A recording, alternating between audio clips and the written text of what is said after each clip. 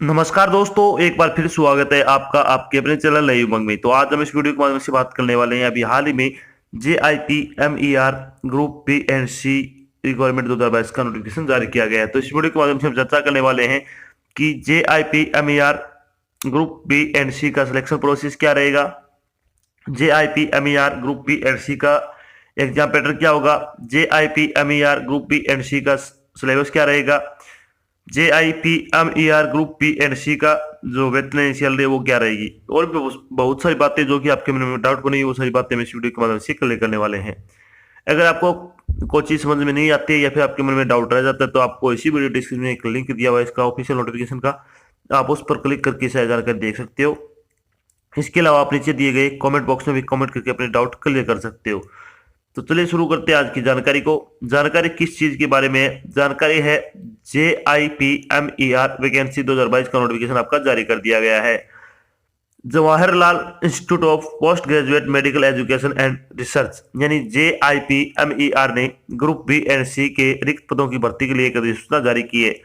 इस अधिसूचना के अनुसार JIPMER ने ग्रुप बी एंड सी के अंतर्गत nursing officer, medical laboratory technologist यानी MLT, junior engineer civil, junior engineer electrical और टेक्निकल के 143 पदों पर ऑनलाइन आवेदन आमंत्रित किए हैं।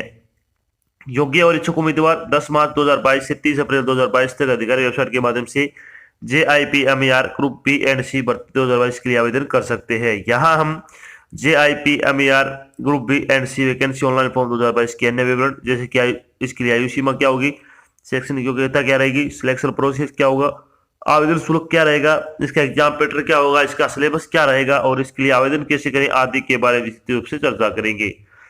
तो चलिए सबसे पहले बात करते हैं अब JIPMER group B and C vacancy detail के बारे में।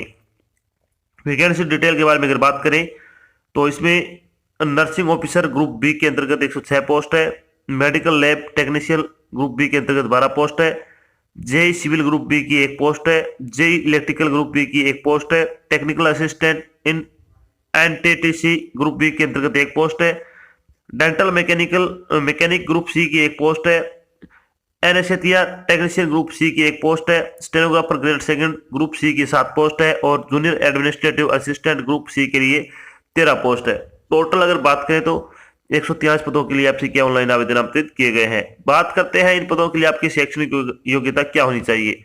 शैक्षणिक योग्यता के बारे में अगर बात करें तो नर्सिंग ऑफिसर ग्रुप बी की अगर बात करें तो डिप्लोमा या फिर degree in general nursing and midwifery, यानी अगर आपने GNM कर रखी है तो GNM का डिप्लोमा है तो आप इसके लिए अप्लाई कर सकते हो। इसके अलावा आपको रजिस्ट्रेशन होना चाहिए नर्सिंग काउंसिल में। Medical lab technician group B की अगर बात करें तो आपके पास bachelor degree in medical laboratory science और आपके पास साथ में 2 साल का अनुभव होना जरूरी है। जेई सिविल ग्रुप बी की अगर बात करें तो डिग्री या फिर डिप्लोमा होना चाहिए आपके पास सिविल इंजीनियरिंग में और 2 से 3 साल का आपके पास एक्सपीरियंस होना जरूरी है। बात करते हैं जेई इलेक्ट्रिकल ग्रुप बी के अंतर्गत तो डिग्री या फिर डिप्लोमा होना चाहिए आपके पास इलेक्ट्रिकल इंजीनियरिंग का, 2 से 3 साल का एक्सपीरियंस आपके पास होना जरूरी है।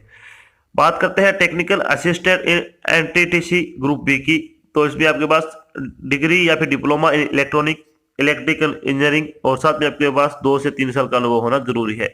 डेंटल मैकेनिक ग्रुप सी की अगर बात करें तो आपके पास क्या आपको 12वीं पास होना चाहिए साइंस के साथ और 2 साल का डेंटल मैकेनिकल कोर्स आपके पास किया होना चाहिए।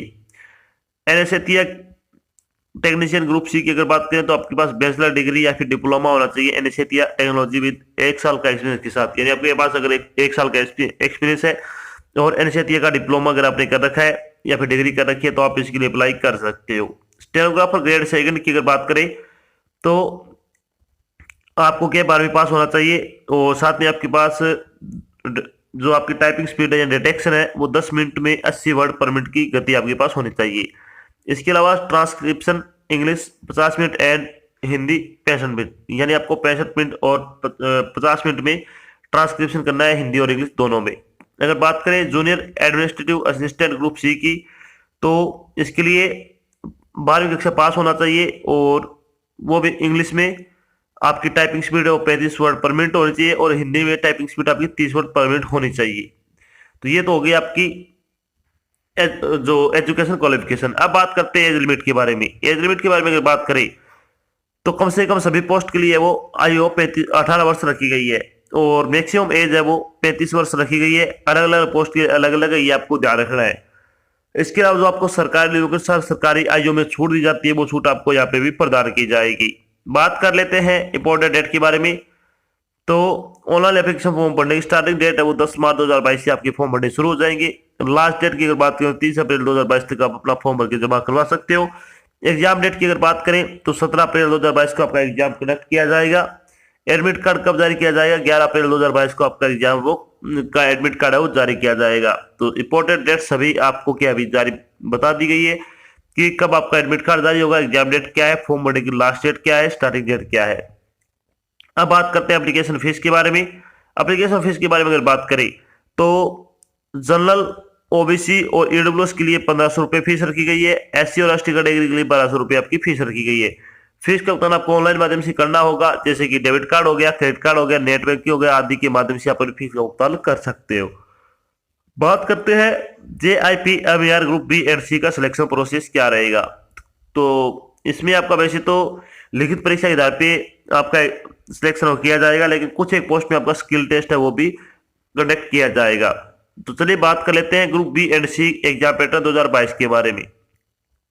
एग्जाम पैटर्न के बारे में अगर बात करें तो nursing officer, medical social worker और जूनियर इंजीनियर सिविल, इसके अलावा अगर बात करें जूनियर इंजीनियर इलेक्ट्रिकल, इन सभी का सिलेबस है वो सॉरी एग्जाम पैटर्न में क्या क्या आएगा।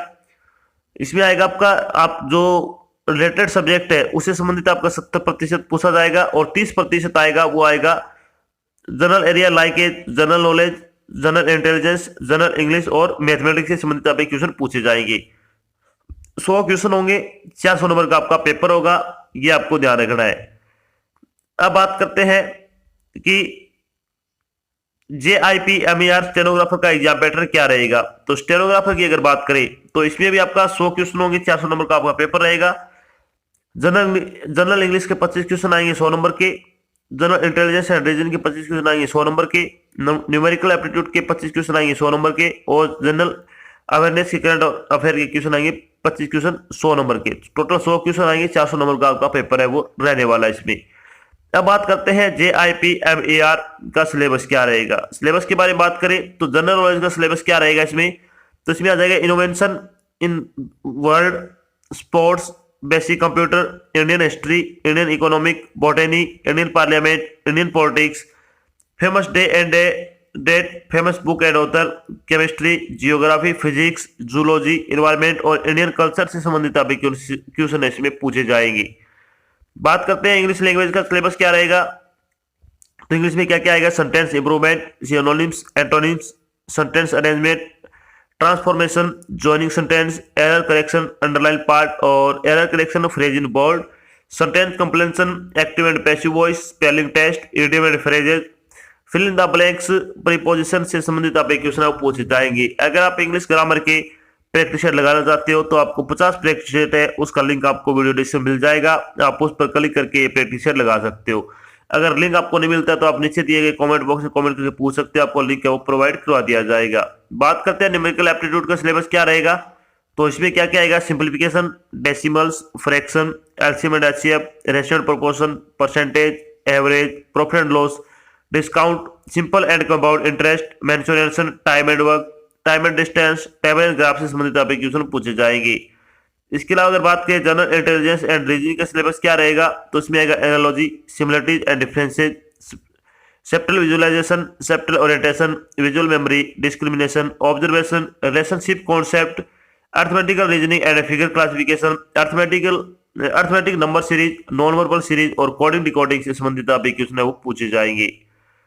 अब बात करते हैं कि जब आपका फाइनल सिलेक्शन हो जाएगा तो आपकी सैलरी क्या रहेगी। सैलरी बारे में अगर बात करें तो नर्सिंग ऑफिसर की सैलरी 44,900 रुपये हो रहेगी। मेडिकल लेबोरेटरी एंड टेक्नोलॉजी यानी MRT की अगर बात करें तो 35,400 रुपये आपकी सैलरी होगी। जूनियर इंजीनियर यानी JEE की 35,400 रुपये सैलरी रहेगी पर मंथ के हिसाब से। टेक्निकल असिस्टेंट इन NTTC 35,400 रुपये सैलरी होगी। डेंटल मैकेनिक की 25,500 रुपये होगी। JAA की 19,900 रुपये सैलरी होगी। एनेस्थेसिया टेक्नीशियन की 25,500 रुपये और स्टेनोग्राफर ग्रेड सेकंड की भी 25,500 रुपये सैलरी होगी। तो इसमें बहुत अच्छी चल रही है। अगर आप योग्यता रखते हो तो आपको फॉर्म जरूर अप्लाई करना चाहिए। तो यह तथ्य है आपकी एक छोटी जानकारी जिसके माध्यम से हमने डिस्कस किया है कि JIPMER नर्सिंग ऑफिसर का सिलेबस क्या रहेगा, JIPMER मेडिकल लेबोरेटरी टेक्नोलॉजिस्ट का सिलेबस क्या रहेगा, JIPMER जेई का सिलेबस क्या रहेगा, JIPMER टेक्नीशियन असिस्टेंट का सिलेबस क्या रहेगा, JIPMER डेंटल मैकेनिक का सिलेबस क्या रहेगा, JIPMER JAA का सिलेबस क्या रहेगा, JIPMER एनेस्थेसिया टेक्नीशियन का सिलेबस क्या रहेगा और JIPMER स्टेनोग्राफर का जो सिलेबस है वो क्या रहेगा आदि के बारे में यहाँ पे विस्तृत रूप से चर्चा की है। आशा करते हैं हमने आपको जो जानकारी प्रोवाइड की वो आपको अच्छी लगी और समझ में आई है। अगर जानकारी अच्छी लगे तो इस वीडियो को लाइक और शेयर जरूर करें। अगर आप चैनल पे नए हैं तो चैनल को सब्सक्राइब कर लेना और साथ में आपको इधर एक बेल आइकन दिख रहा है उसको आपको प्रेस कर लेना ताकि जब भी कोई नई जानकारी डाल जाए आपके पास उसका नोटिफिकेशन आ जाए और आप जल्द से जल्द की जानकारी ज्वाइन कर सको। तो आज की जानकारी बस इतना ही, मिलते एक नई जानकारी के साथ, तब तक के लिए जय हिंद, जय भारत, धन्यवाद।